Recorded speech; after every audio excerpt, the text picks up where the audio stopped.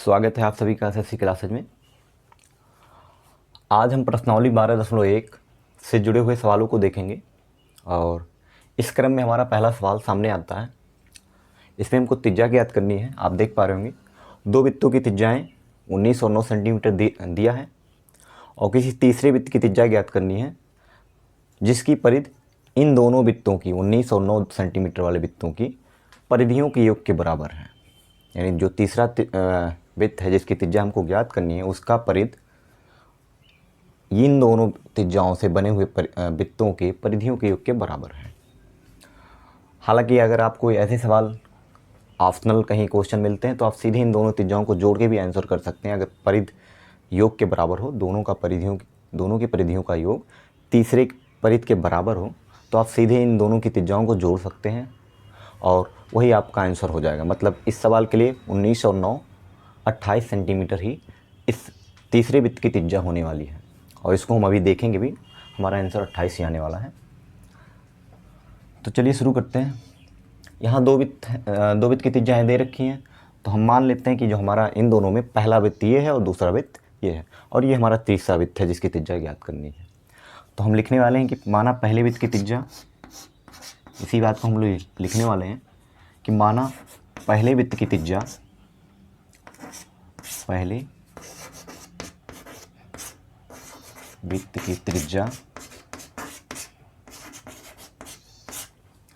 R1 equal to 19 centimetre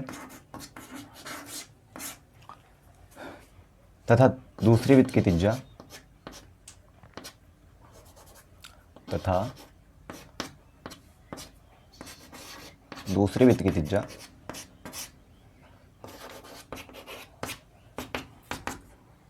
R2 equal to 9 centimetre. इन दोनों में से पहले को हमने माना 19 सेंटीमीटर और दूसरे वृत्त की त्रिज्या को माना 9 सेंटीमीटर तथा जो हमारा तीसरा वृत्त है उसकी त्रिज्या को हमने मान लिया कैपिटल R। मान लिया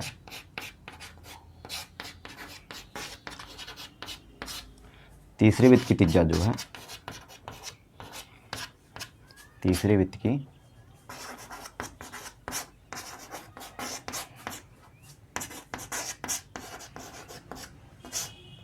त्रिज्या equal to capital R centimetre.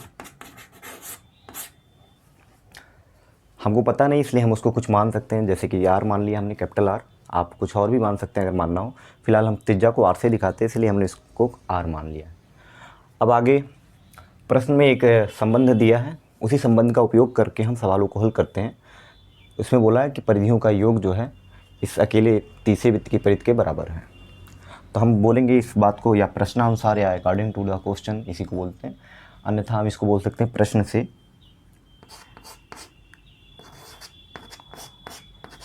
प्रश्नानुसार मतलब प्रश्न के अनुसार।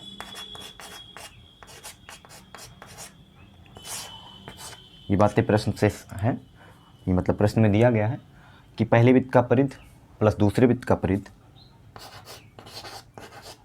पहले वृत्त का परिधि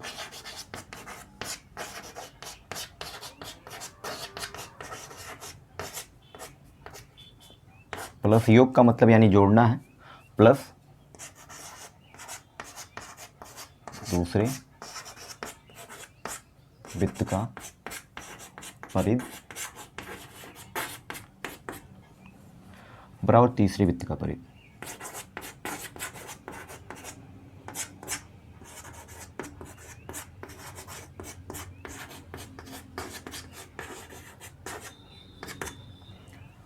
ये सवाल में दे रखा है। अब हम जानते हैं ये सवाल में संबंध दिया है और इस संबंध को अगर हम फार्मूले के रूप में लिखना चाहें तो पहले वृत्त के लिए हम लिख सकते हैं 2πr1।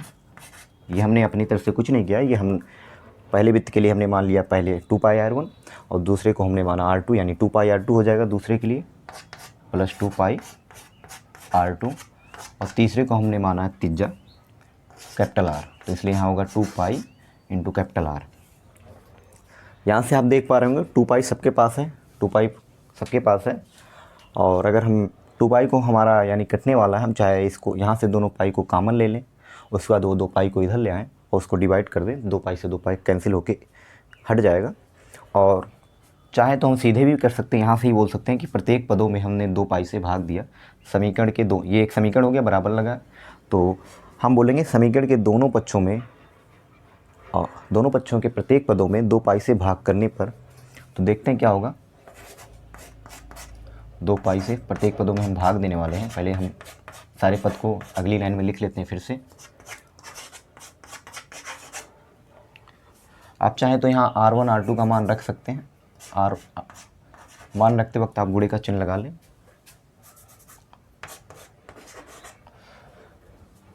हमने कहा हम प्रत्येक पद में 2 पाई से भाग देने वाले हैं, तो हमने प्रत्येक पद में 2 पाई से भाग यहाँ देना चालू किया, और यहाँ से हम देख पा रहे हैं कि 2 पाई से 2 पाई कैंसिल हो जाएगा। ऐसा तभी होता है जब ऊपर नीचे सेम चीज़ हो और साथ में इसके बगल वाले के साथ गुणे का चिन्ह हो। याद रहे गुणे का चिन्ह होगा तभी हम ऐसा कर सकते हैं, अन्यथा ये नहीं कटने वाला है। 2 पाई से 2 पाई कैंसिल, 2 पाई से 2 पाई कैंसिल हो गया, यानी 2 पाई से 1 टाइम में ये, 1 टाइम में ये, यहाँ 0 नहीं लिखना, भूलना नहीं। 2 पाई 1 जा 2 पाई, और यहाँ से भी 2 पाई 1 जा 2 पाई, यानी अगली लाइन में आपको 1/1 मिलने वाला है, और 1/1 का मतलब रिजल्ट 1 ही आता है, और फिर उस 1 का 19 में मल्टीप्लाई होने वाला है, यानी 1/1 उसका मतलब होगा 1 ही आएगा। 1 × 19 प्लस 1/1 ये भी 1 हो जाएगा, तो 1 × 9 इक्वल टू, यहाँ केवल बचा को 1/1 यहाँ भी बचा था तो 1 बोल सकते हैं, 1 × r। हम जानते हैं दोनों तरफ 1 1 है, तो 19 1 जा 19 या 19 1 कम 19, 9 1 कम 9, ये 19 मिलने वाला है और ये 9 मिलने वाला है, और ये r 1 कम r या r 1 जा r हो जाएगा। तो इस प्रकार हमको जो मिलने वाला है वो हम देख पा रहे हैं, एक 19 + 9 एक तरफ है और दूसरी तरफ केवल r मिलने वाला है, और इन दोनों को अगर हम जोड़ लें तो 28 आने वाला है, यानी 28 आने वाला है। और इस प्रकार से हमको कैपिटल R का मान प्राप्त होता है, यानी तीसरे वृत्त की त्रिज्या का मान प्राप्त होता है 28 सेंटीमीटर। और यही इस सवाल का आंसर होगा, क्योंकि हमसे वही त्रिज्या पूछा गया था और उसको हमने ज्ञात कर लिया।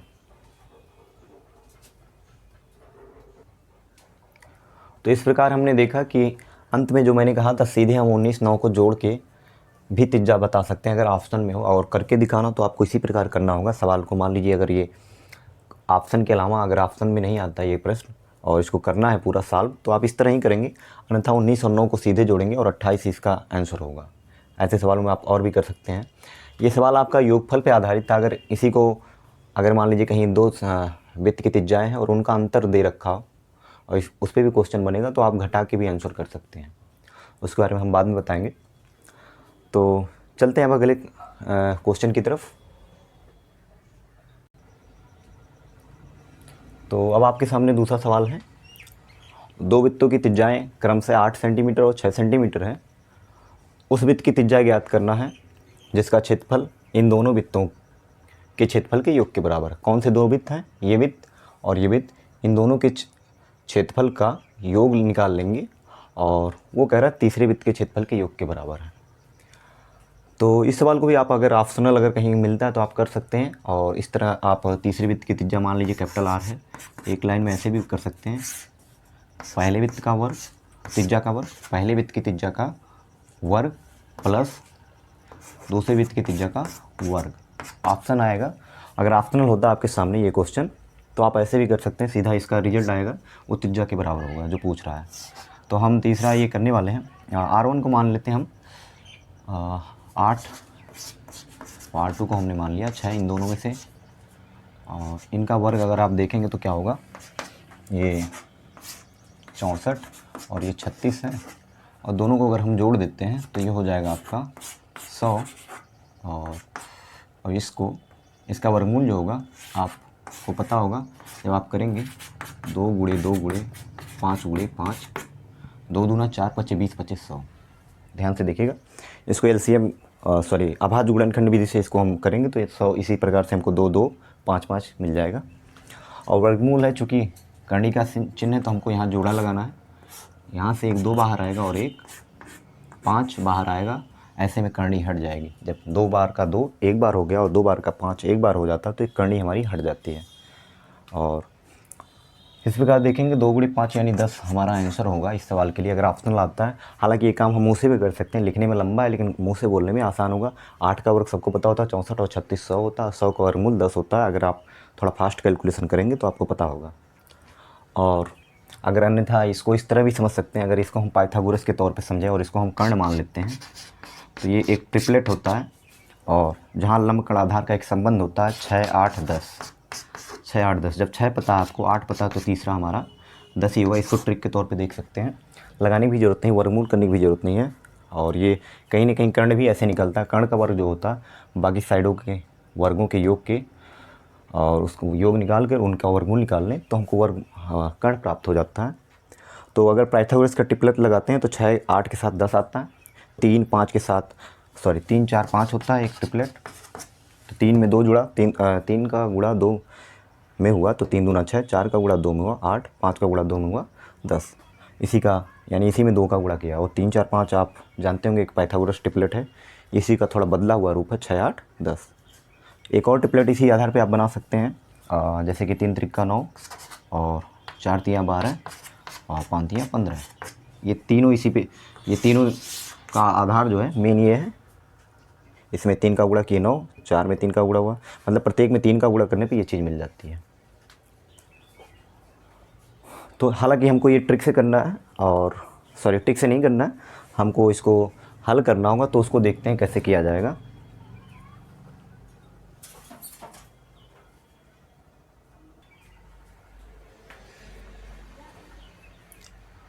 तो इस प्रकार हमने कहा, इसको अगर आपको पता है पाइथागोरस ट्रिपलेट क्या होगा, 6 8, तो तीसरा हमारा जो होगा वो 10 होगा। और अगर आपको मतलब 1 सेकंड के अंदर भी इसका आंसर कर सकते हैं, अगर ये विकल्पी क्वेश्चन होता, मतलब बहुविकल्पी क्वेश्चन होता कि ABC ऑप्शन दिया होता 6 8 के लिए, मान लीजिए आपका ऑप्शन 10 होता, 12 होता, 15 होता, तो आप 10 को ही सही करते हैं। चलिए विस्तार विधि से इसको कैसे हल किया जाएगा कॉपी पे, जो कि हमको लगाना है। तो हम यहाँ जैसे उस सवाल में परिध, पहले वृत्त का परिध प्लस दूसरे वृत्त का परिध लिखा था और बराबर हमारा तीसरा वृत्त था। इस बार भी हम कहेंगे पहले वृत्त का क्षेत्रफल प्लस दूसरे वृत्त का क्षेत्रफल बराबर तीसरे वृत्त का क्षेत्रफल। तो हम बोल सकते हैं, और वहाँ हम मान लेते हैं R1 जो हमारा पहले वृत्त की त्रिज्या जो हम मान सकते हैं, माना पहले वृत्त की त्रिज्या जो है R1 है। ये अब मैं बोलूँगा नहीं, आप समझ चुके हैं कैसे लिखना। माना पहले वृत्त की त्रिज्या R1 इक्वल टू 8 सेंटीमीटर तथा R2 इक्वल टू 6 सेंटीमीटर। जैसे मैंने पहले क्वेश्चन में लिखा, आप वैसे सेम कॉपी पे लिखेंगे। और यहाँ आपके लिए मैंने छोड़ रखा है क्योंकि एक तो मैंने बताया है, तो उसी आधार पे आप इसको कर लेंगे। तथा दूसरे वृत्त की त्रिज्या मान लिया 6 सेंटीमीटर है। अब मानते हैं जिसकी त्रिज्या हमको ज्ञात करनी है वो हमारा कैपिटल R है। मान लिया तीसरे वृत्त की जो त्रिज्या है, ये तीसरे वृत्त की जो हमारी त्रिज्या होगी,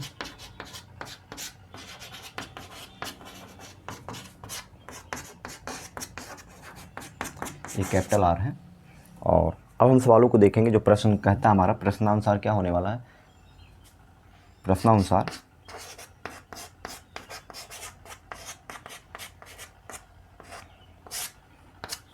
प्रश्नानुसार हम लिखने वाले हैं पहले वृत्त का क्षेत्रफल प्लस दूसरे वृत्त का क्षेत्रफल।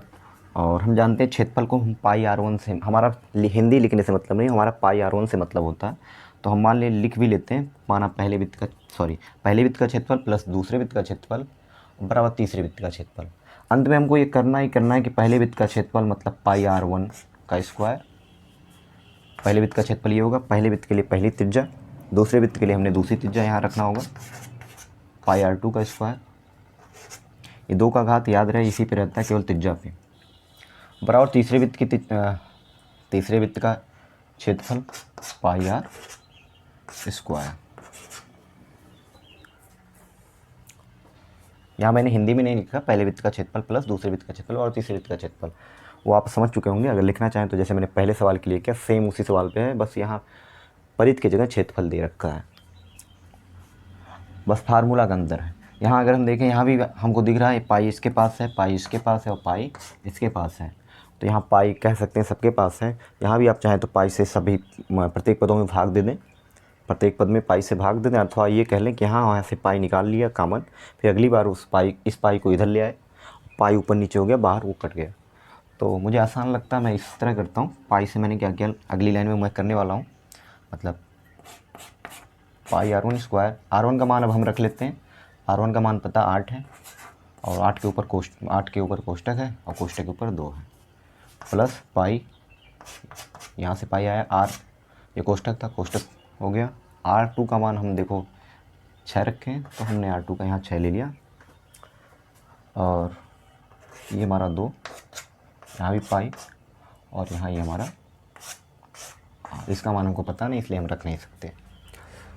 अब करने वाले क्या है, हम बोले अगली लाइन में हम करना क्या, हमको या बोल के हम आगे अगली लाइन में क्या करने हैं, हमको यहाँ पाई से प्रत्येक पद में भाग दे देते हैं। याद है दोनों तरफ तो करना ही करना है, पर प्रत्येक पद में भाग देना है, यानी इसके साथ भी पाई आएगा, तभी समीकरण बराबर रहेगा, अन्यथा समीकरण प्रभावित हो जाएगा। ये पाई से पाई कैंसिल, ये पाई से पाई कैंसिल, ये पाई से पाई कैंसिल, मतलब अगली लाइन में आपको दिख रहा होगा ये 1 हो जाएगा। और 8 जो भी अगर 1 का गुणा किसी में अगर होता है, यहाँ गुणे का चिन्ह लगा लेंगे, आपको पता होना चाहिए गुणे का चिन्ह होता है, मैंने बताया भी होगा। तो यहाँ देखिए 8 का वर्ग, यानी आपका 8 का वर्ग जो होगा वो 64 होगा। 8 का गुणा 2 बार करेंगे, वर्ग का मतलब 8 का गुणा आपस में ही 2 बार, 6 का गुणा आपस में 2 बार, और यहाँ आर गुणे आर स्क्वायर ही लिख लेते हैं अभी। अब ये 8 9 64, ये 6 4 36 हो जाएगा, मतलब हम जान रहे हैं ये 64 हो गया, और ये आपका 6 × 6 यानी 36, और इधर आपका आर स्क्वायर बचा होगा। इस बात को हम पहले भी लिख सकते हैं, इसमें कोई आपत्ति नहीं होगी। और 64 36 आपको पता है जोड़ने पे 100 ही देगा, तो यहाँ 100 ही लिख लेते हैं, सही रहेगा। अब हमको त्रिज्या चाहिए, मतलब कैपिटल आर चाहिए, ना कि आर स्क्वायर चाहिए। यहाँ पे हमको आर स्क्वायर प्राप्त हुआ और यहाँ हमारे पास आर है, तो हमको तो सिंगल आर से मतलब है। हम ऐसे सवालों में क्या करते हैं, जब हमको आर चाहिए होता है तो यहाँ कितने की घात है, इसको 2 का घात या वर्ग बोलते हैं, इसीलिए हम इसका वर्ग है तो वर्गमूल ले लेते हैं। अगर घात कहने का मतलब दोनों तरफ हम अंडर रूट का साइन लगाएंगे, यानी करनी का चिन्ह लगाएंगे, और आर स्क्वायर को हम 2 बार लिख सकते हैं, आर गुणे आर। इस वर्गमूल के चिन्ह में हमको पता होता है जोड़ा नहीं लगेगा तो वो चीज़ बाहर नहीं आ पाएगी। और 100 को फिर से मैंने अगर तोड़ा तो 2 गुणे 2 गुणे 5 गुणे 5 होगा। इसको अभी मैं तोड़ना बताता हूँ कैसे होगा, मैंने बताया अब हाथ गुणन विधि से होगा, पर अभी मैं करके भी दिखा देता हूँ। ये इसका जोड़ा लग गया, इस वजह से 2 आर का 1 आर बन जाएगा। इसके अंदर अगर कोई वर्गमूल के अंदर आता है चिन्ह के अंदर, वो बाहर, अगर इस करनी के चिन्ह से बाहर आना चाहता है तो अंदर कम से कम जोड़े में होना चाहिए। तो ये इसका जोड़ा लग गया, बाहर आ जाएगा। यहाँ इनका जोड़ा लग जाता है, क्रमशः ये 2 और 5 बाहर आ जाते हैं, और आर का मान आपको 10 प्राप्त होता है। ये हमारे तीसरे वृत्त की त्रिज्या है जिसको हमको ज्ञात करना था। और ट्रिक से भी मैंने बताया 6 8 है तो अगला 10 होगा, क्योंकि ये योग से मिल रहा है तो जोड़ ही देंगे 6 8 का वर्ग। अंतर भी सवाल बन सकता है तो उसको हम घटा के निकाल सकते हैं, पर वर्गों का अंतर होगा। ऐसा नहीं सीधे 8 में से 6 घटाएंगे, बल्कि 64 में से हो सकता है कभी सवाल आए तो बड़े वाले में से छोटे वाले घटाएंगे, तो आंसर आपका प्राप्त हो जाएगा। उसके बाद वर्गमूल निकाल के उस तरह का सवाल बाद में मैं दूंगा अपनी तरफ से बना के। फिलहाल इस सवाल के लिए आंसर हमारा आर बराबर कैपिटल आर बराबर हमारा जो होगा 10 सेंटीमीटर त्रिज्या होने वाली है। उम्मीद करता हूँ ये सवाल समझ में आया होगा आपको।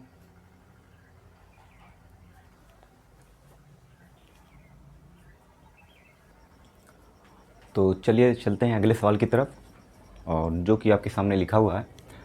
प्रश्न संख्या 3 है ये, और इस सवाल में एक आकृति दी गई है और उसके बारे में कुछ बातें बताई गई हैं, कही गई हैं, वो हम देखते हैं क्या क्या है। यहाँ बोला गया है संलग्न आकृति एक तीरंदाजी लक्ष्य को दर्शाता है। ये जो आकृति है तीरंदाजी के लक्ष्य को दर्शा रहा है, जिसमें केंद्र से बाहर की ओर 5 क्षेत्र हैं, gold, red, blue, black, white. ये केंद्र होता है, बीच में आप पूरा अगर देखें लास्ट वाले को देखो तो सर्कल, और इसका मध्य बिंदु यही कहीं ना कहीं होगा, मतलब सेंटर यही होगा केंद्र। और इसके बाहर की तरफ ही आप इससे दूर जब जा रहे हैं, मतलब बाहर की तरफ जा रहे हैं, केंद्र से हट रहे हैं जैसे जैसे, तैसे आपको अलग अलग क्षेत्र मिल रहे हैं, गोल्ड, रेड, ब्लू, ब्लैक और वाइट। और हम जानते हैं अगर आप मूवीज या कहीं भी देखे होंगे तो आपको पता चलता है कि ये निशाने, इसमें आपको अलग अलग अंक अर्जित होते हैं। यहाँ पे आपका उतना अच्छा नहीं माना जाएगा, यहाँ थोड़ा उससे अच्छा, यहाँ थोड़ा अच्छा, और सेंटर में कहीं लगता है तो बहुत ही अच्छा माना जाता है। तो इस प्रकार से अलग अलग क्षेत्रों में जब लगता है तो अलग अलग अंक उससे अर्जित होते हैं। आगे कह रहा है कि गोल्ड अंक वाले क्षेत्र का जो व्यास है इसका व्यास ना कि त्रिज्या, यानी व्यास 21 सेंटीमीटर है। और कह रहा है प्रत्येक अन्य पट्टी जो है 10.5 सेंटीमीटर चौड़ी है। प्रत्येक का मतलब हर एक पट्टी की जो चौड़ाई है, ये यहाँ सर्कल आपको दिख रहा होगा और यहाँ से यहाँ इसकी चौड़ाई दिख रही है, यहाँ से यहाँ तक ये जो चौड़ाई दिख रही है, ये हर पट्टी की जो चौड़ाई आ रही है, ये पट्टी एक, ये पट्टी दूसरी, ये तीसरी, ये चौथी, ये 10.5 सेंटीमीटर की हैं। तो हमको बताना कि इन पांचों क्षेत्रों में से प्रत्येक का क्षेत्रफल ज्ञात करना है। यानी हमको क्या करना है, ये गोल्ड वाले का क्षेत्रफल, रेड वाले का क्षेत्रफल, ब्लू वाले का क्षेत्रफल, ब्लैक वाले का क्षेत्रफल, इस सब का क्षेत्रफल ज्ञात करना है। तो चलिए शुरू करते हैं और चलते हैं सवाल को हल करने। एक चीज़, 5 क्षेत्र से आपका तात्पर्य क्या है, ये समझ लीजिएगा। पांचों क्षेत्र से तात्पर्य क्या है, ये वाला पूरा एरिया आपका गोल्ड का है, ये वाला पूरा का पूरा क्षेत्र गोल्ड का है। यानी इसको निकाल देने के बाद जो बचता है वो यहाँ तक जो है, यहाँ से लेके इस गोले के अंदर ये वाला एरिया, एक गोला मतलब सर्कल निकाल दिया जाए, इस वृत्त के अंदर से ये वाला वृत्त निकाल दे, जो बचता है वो रेड एरिया होगा। मतलब ये आकृति अगर मैं रेड और गोल्ड की बात करूँ तो कुछ इस प्रकार आप देख पा रहे होंगे। ये आपका गोल्ड है और इसको समझिए हमको गायब कर देना है, यहाँ से निकाल देना है। गोल्ड का तो निकल जाएगा, गोल्ड का कुछ आप फार्मूला लगा देंगे, वृत्त का क्षेत्रफल ये वृत्त के फार्मूले से मिल जाएगा। और अगली जो आकृति यानी हमको जो रेड चाहिए, रेड वाला एरिया, वो हमको ये चाहिए होगा, ये छायांकित भाग ही चाहिए होगा। और ये हम देख पा रहे हैं कहीं ना कहीं वलय की तरह है, जिसमें से हमको रेड वाला निकाल देना होगा। केवल रेड की अगर बात की जाए तो रेड वाले, इस पूरे बड़े वाले सर्कल में से छोटा वाला सर्कल जो कि गोल्ड है उसको निकाल दें तो जो बचेगा वही हमारा होगा रेड वाले का क्षेत्र। प्रत्येक क्षेत्र का निकालना है। गोल्ड वाला तो ऐसे निकल जाएगा वृत्त के फार्मूले से, लेकिन अगला जो निकल रहा है वो हमारा वलय के सूत्र से निकलेगा, क्योंकि वो वलय की आकृति बना रहा है। ठीक इसी प्रकार जब आगे बढ़ेंगे तो हम ब्लू वाले सर्कल में से इसको इग्नोर करते हैं, ये रेड निकाल देंगे, क्योंकि हमको गोल्ड रेड दोनों निकालना है। यानी ये बड़ा वाला सर्कल निकाल देंगे, ब्लू वाले में से रेड को निकाल देंगे। कहने का मतलब अगला जो आएगा हमारा वो भी एक वलय होने वाला है, जिसमें ये गोल्ड हो जाएगा और ये आपका रेड वाला एरिया हो जाएगा। तो हम गोल्ड को इग्नोर करते हैं, हम समझेंगे पूरा का पूरा रेड का एरिया निकाल लेंगे। हम मान के चलते यहाँ तक का जो भी सर्कल बन रहा है, इस सर्कल को गायब कर देंगे। और ये जो हमारा है, ये वाला जो पार्ट है हमारा जो कि ब्लू है, ये वाला जो है ब्लू है, इसके अंदर हम मान के चलते हैं ये एक बड़ा सर्कल है और यहाँ से यहाँ तक की जो त्रिज्या होगी हम ये लंबाई जोड़ लेंगे, इसकी त्रिज्या प्लस ये वाला प्रत्येक पट्टी की तो 10.5 दे रखा है और ये इसकी त्रिज्या भी व्यास 21 है, तो ये गोल्ड की जो त्रिज्या आएगी वो हमारा 10.5 आने वाला है। चलिए करते हैं सवालों को। मेरे कहने का मतलब है पहला केवल होगा जो वृत्त के फार्मूले से आंसर मिलेगा, बाकी सब वलय के फार्मूले से हम निकालेंगे। बाकी जो आकृतियाँ हैं वलय की आकृतियाँ, यानी ये वृत्त ये वलय के माध्यम से मिलेगा, ये भी वलय के माध्यम से मिलेगा, ये भी वलय के माध्यम से मिलेगा, ये भी वलय के माध्यम से मिलेगा। तो 1 2 3 4 वलय से के सूत्र से आएंगे, यानी रिंग के सूत्र से आएंगे, और एक हमारा वृत्त के सूत्र से आएगा। इस प्रकार पांचों क्षेत्र को हम प्राप्त कर पाएंगे। चलिए चलते हैं।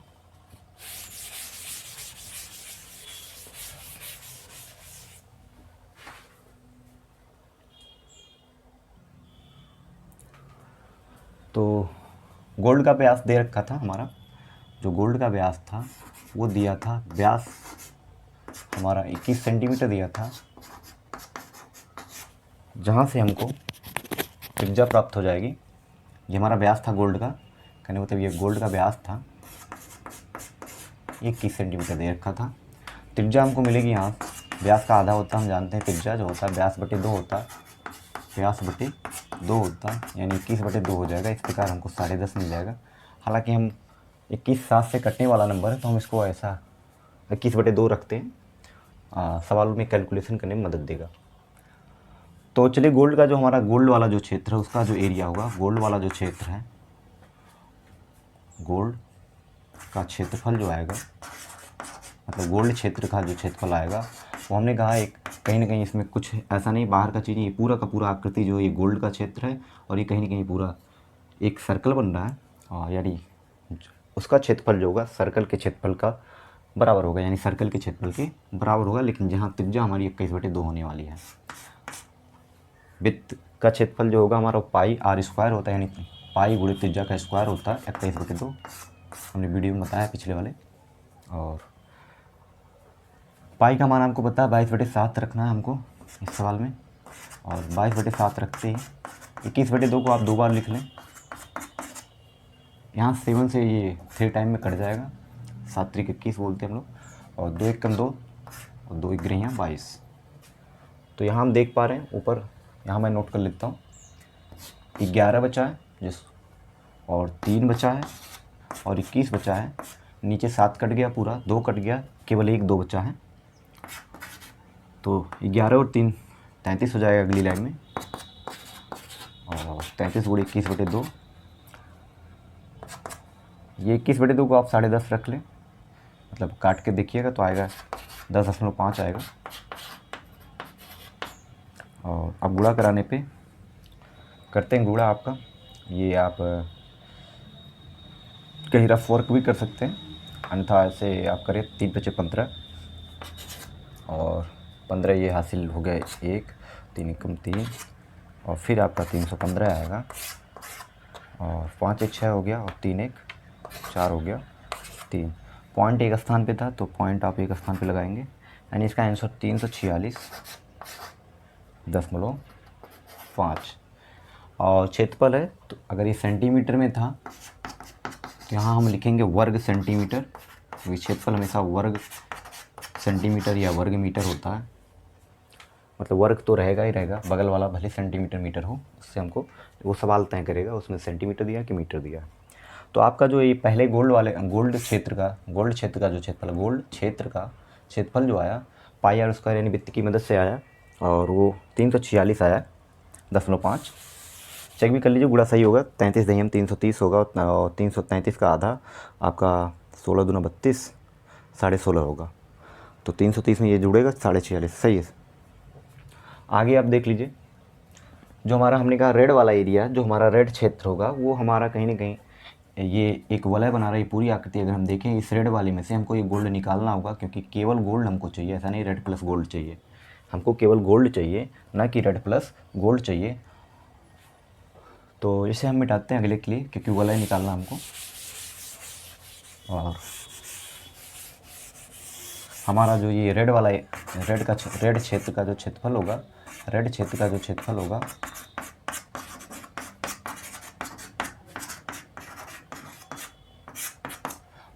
यानी वो वलय का यानी रेड का जो क्षेत्रफल होगा, ये बड़ा वाला सर्कल माइनस ये छोटे वाले सर्कल का क्षेत्रफल।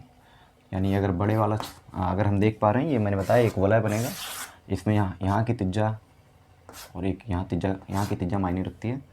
और हम करते क्या हैं, अगर ये वलय बनता है, यहाँ आपको पता है यहाँ से यहाँ तक की जो लंबाई है, यहाँ ये 10.5 है, इतनी हमारी 10.5 दे रखी है सवाल में, ये हमारा 10.5 दे रखा है यहाँ से यहाँ तक, और ये भी इसकी मोटाई भी 10.5 दिया, तो यहाँ का 10.5 यहाँ का 10.5, कहने का मतलब क्या हो जाएगा, 21 हो जाने वाला है। थोड़ा मैं बड़ा बना देता हूँ, और ये हमारा है गोल्ड का जो त्रिज्या दिया है 10.5 दिया है, और इस पट्टी की मोटाई जो है ये भी 10.5 है। यहाँ से लेके यहाँ तक की जो इस केंद्र से लेके यहाँ तक की जो दूरी होगी वह रेड वाले वृत्त की त्रिज्या होगी, रेड वाले वृत्त की त्रिज्या होगी। तो हम क्या करेंगे, रेड वाले वृत्त की त्रिज्या में से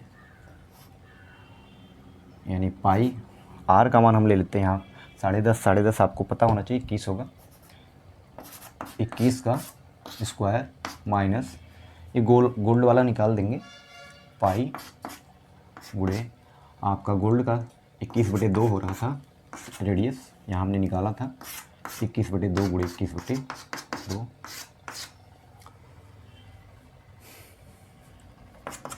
पाई को आप कॉमन ले लेंगे, और यहाँ से आपको 21 का वर्ग या 21 का वर्ग हो गया, और माइनस 21/2 का वर्ग है। तो यहाँ से एक फार्मूला लगता है, यहाँ से एक फार्मूला लगेगा a² - b², एक बार ये जुड़ते हैं एक बार ये घटते हैं, तो एक बार इनको अगले कोष्टक में हम क्या करेंगे, जोड़ेंगे। 21 में 21/2 जुड़ेगा, और दूसरे कोष्टक में 21 में इससे ही 21/2 घटेगा। और अगर हम देखें तो पाई का मान 22/7 है, आपका ये 21 जो है 21 रहेगा, इसमें 10.5 ये 21/2 है। अगर मान लेते हैं 21/10 को हम 2 को हम 10.5 रख लेते हैं और इस 21 माइनस इसको भी 10.5 कर देते हैं। 21 में 10 जुड़ेगा 31 होगा और आधा जुड़ेगा 31.5 हो जाएगा। 21 में से 10 जाएगा तो आपका 10 जाता तो 11 होता, उसमें से आधा जाएगा यानी 10.5 ही होगा। तो ये 22/7 होने वाला है और ये वाला 31.5 होने वाला है 31.5। और ये आपका 21 में 10 जुड़ा, सॉरी 21 में से 10 गया यानी 10.5 आने वाला, इतना बचने वाला हमारा। और अगर हम इस हिसाब से इसको काटने की कोशिश करें, हो सकता है कट जाए, देखते हैं। ये 7 चौक 28 और आपका 4 बचेगा, 4 5 45, 6 42 3, उसे लग नहीं रहा कटेगा। इस वाले को देखते हैं, 15 7 105 होता, कट जाएगा, 1.5 आएगा। आप अगर काटेंगे तो 1.5 आएगा, ये पूरा कट जाएगा। और यहाँ आपका बचेगा 22 गुणे 31.5 गुणे 1.5।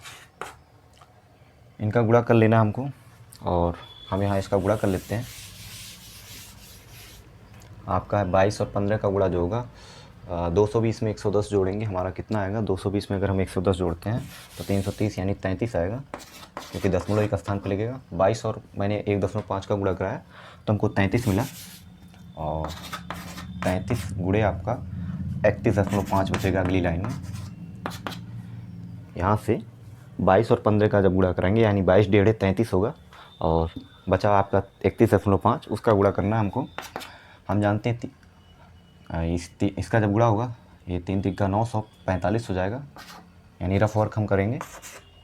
945 दो बार आएगा क्योंकि 3 दो बार है, और 5 4 9 9 4 13 और 9 1 10। पॉइंट एक स्थान पे था तो पॉइंट एक यानी 0.1 स्थान पे लग जाएगा। इसका जो आंसर आने वाला है 1039.5 आने वाला है। इसमें हमने क्या किया, हम समझ रहे हैं इस आकृति को, ये एक वलय आकृति बना रहा है, इसलिए हमने वलय किया। सीधा हम वैसे वलय लगा सकते हैं, अन्यथा हमने क्या किया, रेड वाले वृत्त में से गोल्ड वाला वृत्त हमने क्या किया, माइनस कर दिया, तो जो गोल्ड निकल गया तो खाली खाली रेड ही बचा होगा। इस बार हमने रेड क्षेत्र का क्षेत्रफल निकाला है और पहली बार क्या निकाला था, गोल्ड का क्षेत्रफल निकाला था।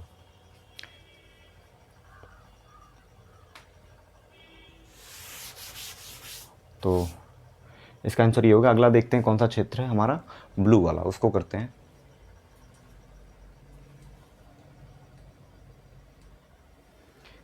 इसी प्रकार हम ब्लू का निकालेंगे और ब्लू अगर हम देखें ये वाला आकृति, एक बार रफ वर्क हम समझ लेते हैं क्या करना है। ये ब्लू है हमारा, ये वाला एरिया ब्लू है और आपका इसके बाद आपका ये था रेड, इसके अंदर गोल्ड भी है। हमको मतलब नहीं अंदर क्या है, हमको बस इस एरिया से मतलब, तो यानी हम सीधा गोल्ड भी माइनस करें एक बार, फिर इसका माइनस करें, ये उससे अच्छा हम ये पूरा सर्कल मान लेते कि हमारे यहाँ गोल्ड है ही नहीं कुछ देर के लिए।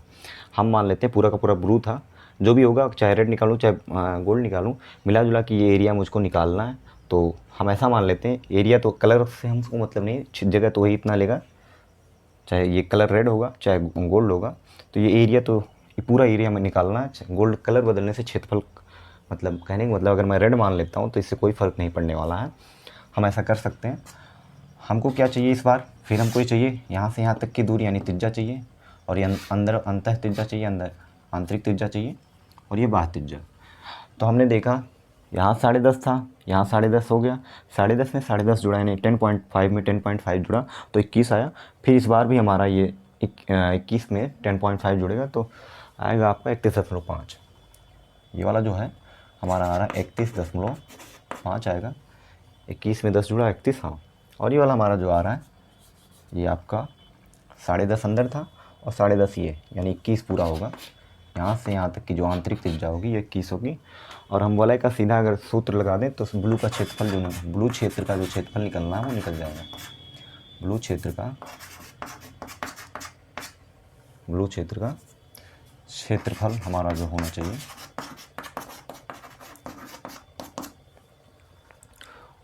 वो वलय का फार्मूला अगर आपको याद होगा तो सीधे आप लिख सकते हैं। मैंने पहले वाले में नहीं लगाया, मैंने विस्तार से लगाया। इसमें हम लगा सकते हैं बाह्य त्रिज्या प्लस आंतरिक त्रिज्या, बाह्य त्रिज्या प्लस आंतरिक त्रिज्या, दूसरे ब्रैकेट में बाह्य त्रिज्या माइनस आंतरिक त्रिज्या करते हैं।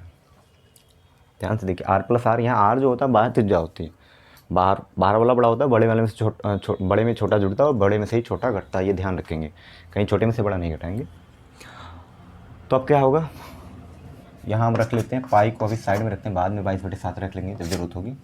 आर प्लस आर यानी आर यहाँ 31.5 है और आपका ये आर स्मॉल यहाँ आपका 21 है और 31.5 में से 21 जाने वाला है। अब चाहे तो आप 22/7 रख सकते हैं पाई का मान। ये 31 है, 21 है, तो 31 में 21 जुड़ेगा 51 होगा, 52 होगा, 52 52.5 होगा और 52.5 होगा। और देख भी लेते हैं, 1 1 2 और 2 3 5 और 0.5 अलग से। यहाँ से जो घटेगा 10 में से, ये समझिए 0.5 है, 0.5 तो बचेगा ही बचेगा, और 1 में से 1 गया 0 और 3 में से 2 गया 1, यानी 10.5 बचेगा।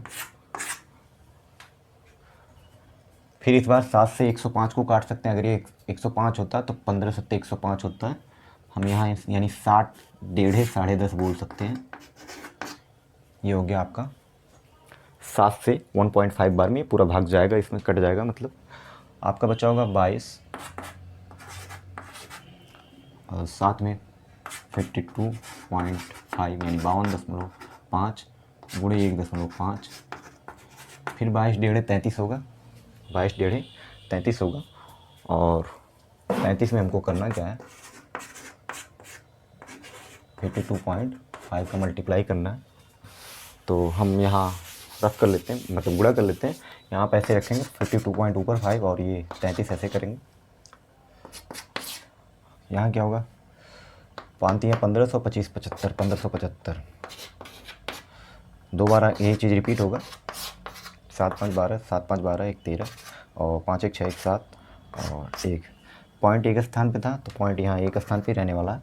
और इस प्रकार हमारा जो रिजल्ट आने वाला है 1732.5 आने वाला है, 1732.5, 5 या 1500 25 75 7 5 12 7 5 12 1 13 7, सही। वर्ग सेंटीमीटर लिखना नहीं भूलेंगे। ये हमारा ब्लू का आ गया। इसी प्रकार आप ब्लैक का भी कर सकते हैं।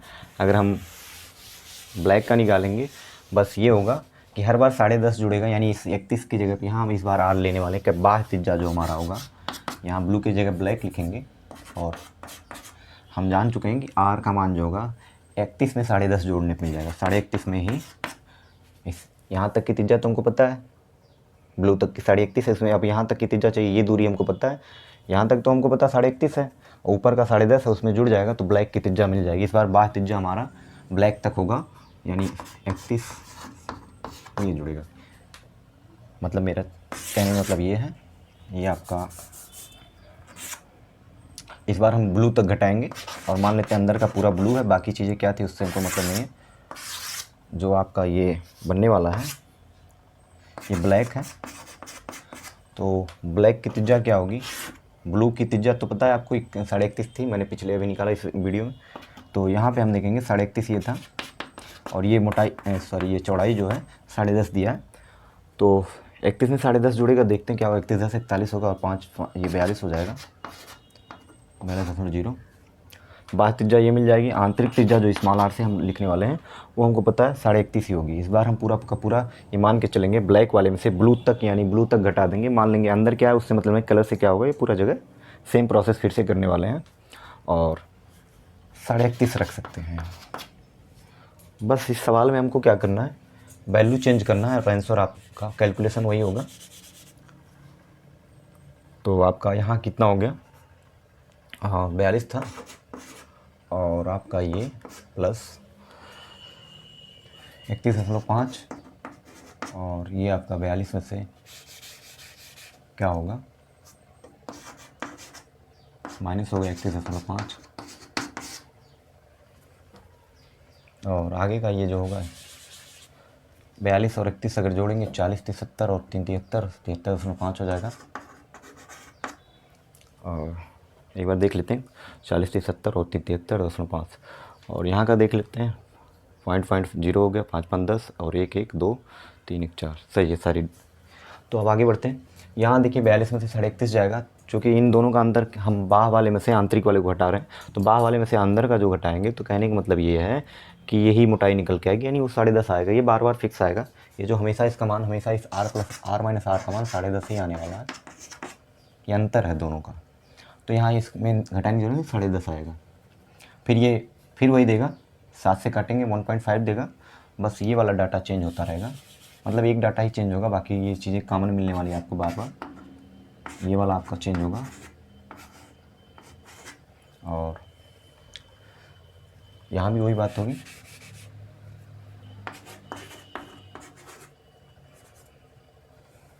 (73.5 में गुणा होगा 33 का इस बार, तो आंसर थोड़ा बदलेगा। हम रफ वर्क कर लेते हैं गुणा का। यहाँ कितना है, 73.5 है और आपका ये 33 से गुणा होने वाला है। तो आपको पता है 7 त्रिक 2100 और 35 यहाँ 105, 2100 में 105 जुड़ा 2205,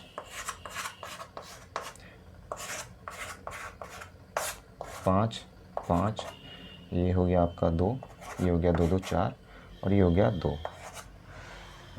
ये आया पॉइंट एक स्थान पे, यानी 2425.5, 2425.5। ये इसका गुणा आएगा, आप करके देख लेंगे, 2425.5, 5 5 2 2 2 4, ठीक है, 2425.5 इसका आंसर आने वाला है। हाँ, ये आंसर इसका हो जाएगा। नेक्स्ट सवाल में भी आप ऐसे क्या करेंगे, अगले में क्या होगा, 10.5 फिर जुड़ जाने वाला है। अगर हम यहाँ ब्लैक को वाइट करते हैं तो फिर इसकी बाह त्रिज्या जो होगी थोड़ा सा चेंज होगा डाटा। इस बार स्मॉल r 42 हो जाएगा और इसमें 10.5 और जुड़ जाएगा, यानी इसमें 10.5 जुड़ने के बाद क्या होगा, ये 42 में 10.5 जुड़ेगा तो 42 10 52 और 52.5 हो जाएगा, 52.5। ये बाह त्रिज्या इस बार कितनी आने वाली, 52.5, यानी 52.5 आने वाला है। आंतरिक त्रिज्या वही रहेगा 42, यानी जो ब्लू का रहा बाह त्रिज्या पहले वाले केस का, इस समय आंतरिक त्रिज्या बन जाएगा। इसमें सेम फार्मूला अप्लाई करेंगे क्योंकि ये भी वलय आकृति बन रही है। इस बार हम वाइट का निकालने वाले हैं। इस बार जो हम निकालने वाले हैं वाइट क्षेत्र का हम क्या करने वाले हैं, क्षेत्रफल निकालने वाले हैं, जो कि एक वलय का आकृति बनाती है। तो r प्लस r इस बार क्या होगा, बस यही चेंज होगा, ये हमेशा 10.5 देता रहेगा, इसमें कोई दिक्कत नहीं, बस ये हमको बदलना होगा क्योंकि इस बार हमारा 52.5 है, प्लस उसमें हमको क्या ऐड करना है, स्मॉल r मतलब 10.5 ऐड करना है।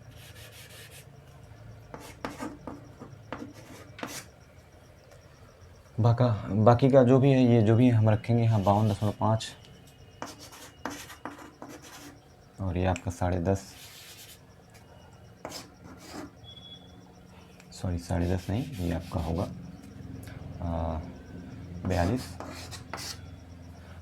42 था आंतरिक त्रिज्या। ये दोनों वैल्यू हम रख रहे हैं सवाल में, बस सब कुछ नहीं कर रहे हैं।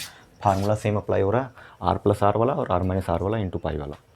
तो यहाँ क्या होने वाला, जोड़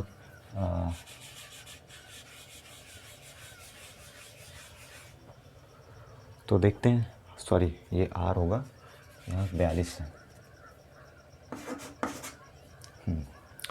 ये हो गया 50 40 90 और 2 2 4 हो गया 90 4 94.5, इसका ऐड आएगा 94.5 और इसका हो गया आपका वही 10.5 मिलेगा, मतलब 1.5 मिलेगा। कटने पिटने के बाद आपका यही बस बदलता रहेगा, इसमें 94.5 होगा और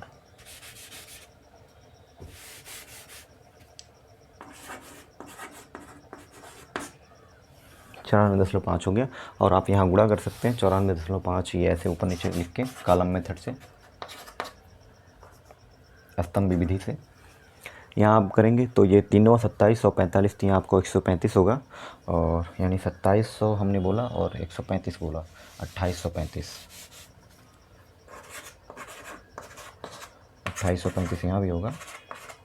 और रिजल्ट आपका कितना आ रहा है, 5 आया, 5 3 8 आ गया, 8 और 35 था, 8 3 11 हो गया, 8 2 10 1 11 हो गया और 2 1 3, 3118.5 आने वाला है। अगर गुणा सही निकला मेरा तो 3118.5 सेंटीमीटर वर्ग सेंटीमीटर इसका आंसर होगा।